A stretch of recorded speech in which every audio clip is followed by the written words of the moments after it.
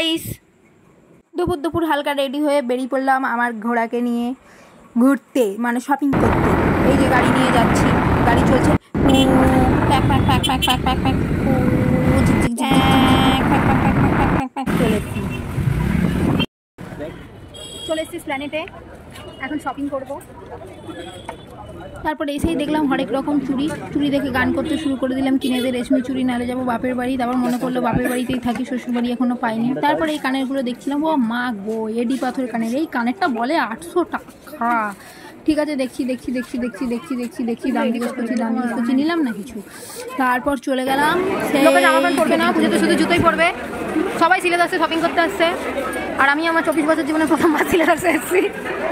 এতদিন জানতাম সিলেট আসছে জুতো পাওয়া যায়, আজ দেখছি বেল্ট, মানি ব্যাগ, মানুষও বিক্রি হয় এখানে। তারপর দেখতে মানে জুতো না, মানুষ দেখতে জুতো কিনে ফেললাম। তারপর এত ভিড়ে ঠেসা ঠেসি ধাক্কা ধাক্কি করে পেয়ে গেল আমার খিদে। কী খাবো, খেয়ে নিলাম একটু লিপস্টিক চেটে।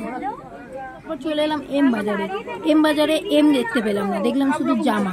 তারপর আবার মার্কেটে বেরিয়ে জামা দেখছি, জাম জিজ্ঞেস করছি, কিছু কিনলাম না। আবার অন্য দোকানে জামা দেখছি, জাম জিজ্ঞেস করলাম, কিনলাম না। আবার জামা দেখছি, কিনলাম না।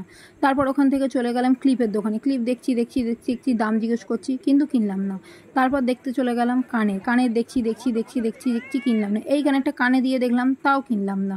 তারপর হার দেখছি, কিন্তু কিনলাম না।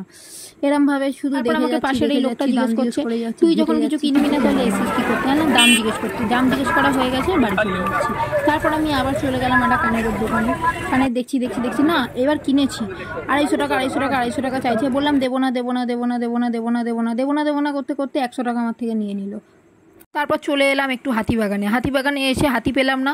দেখলাম হাতিদেরকে যাতে মশা না কামড়ায় তার জন্য একটা বড় মশার ধূপ জ্বালিয়ে রেখে দিয়েছে।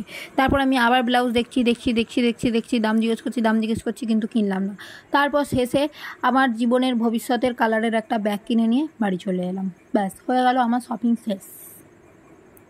বলো আমার ভবিষ্যৎ রঙের ব্যাগটা কেমন হয়েছে।